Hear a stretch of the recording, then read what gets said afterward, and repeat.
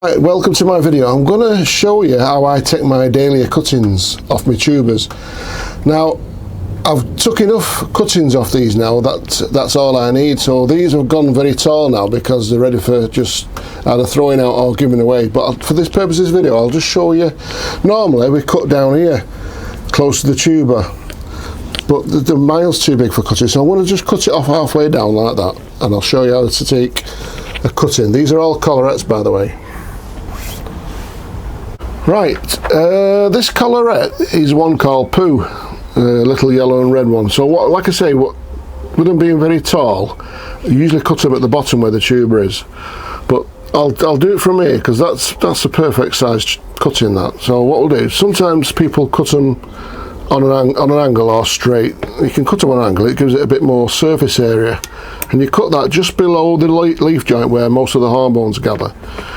And then also, just drag your scalpel down and take those two leaves off too, like that. So you're left with just the joint. Okay, now when you put these on, there's a problem called transpiration, where when this cutting's in the compost taking moisture and water up, they call it transpiration. It's when the leaves are starting evaporating the moisture that it's taken up.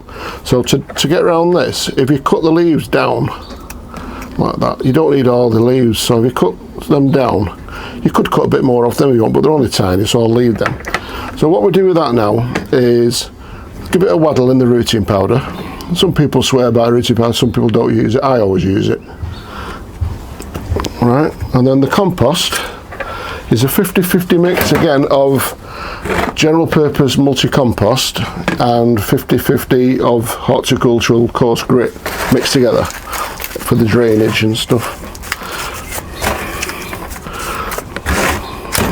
We'll just top it down a little bit like that. And what we'll do with this now is just get the dibber.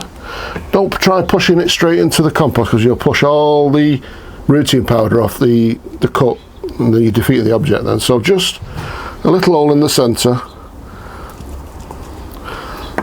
pop it in till it stops, and then 4 fingers to each side, lightly press, not too much, just lightly like that. It's only soft, this compost, it looks like I've gone really down but I haven't. Then just tap it like that, and then water with a light spray gun again, so it's not going to blow the compost all over. That little green ball, by the way, it's not a slug egg, it's the little balls of fertiliser that they put in the compost, just in case anybody's wondering. Give it a soak in like that, let that drain through, and then again another one, let it drain through, and then the third time, and then that should be ample. That, don't forget to label it. That's Pooh, collarette Pooh. Now that should root within, say, 10-15, it depends if you've got warmth, 10-15 days it should be, and you'll tell when it starts to root because you'll start getting brand new dark green foliage coming on the top, and then you can tap it out and look in the roots and see if it's rooting. And that's how I take my cuttings. Thanks for watching again.